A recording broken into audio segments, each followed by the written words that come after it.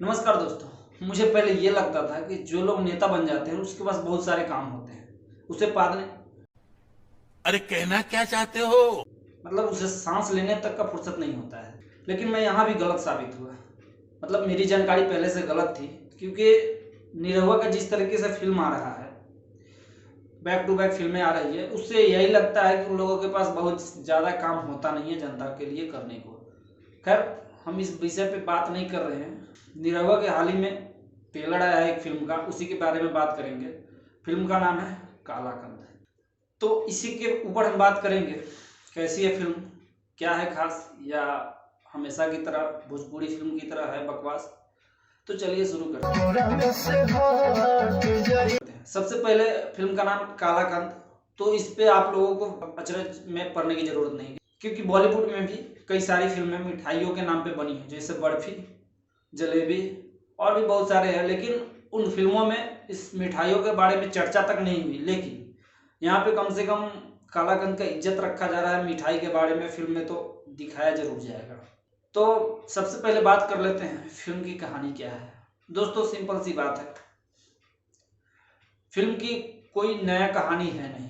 ये film love story ही है, लेकिन थोड़ा डिफरेंट टाइप की लव स्टोरी है। इसमें एक लड़का और एक लड़की नहीं है, इसमें एक लड़का और 3 लड़की हैं।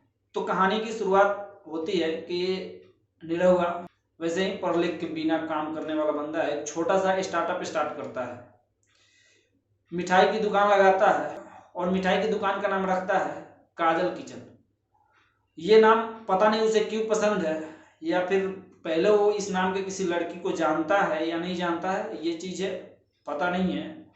लेकिन वो काजल नाम रखता है और वो एक दुकान, छोटी सी दुकान, आगे चल के बड़ी कंपनी, एक बड़ा ब्रांड बन जाता है, जिसका एक मिठाई बहुत फेमस होता है, कालाकंद। निरहुआ का काजल नाम से अलग लगाव है। इसी नाम का फायदा उठाकर दो दो लड़कियां आती है जो खुद को काजल बताती है।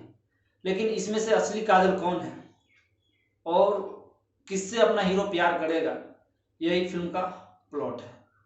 तो कौन है असली काजल, इस बात को जानना है तो फिल्म को देखना पड़ेगा।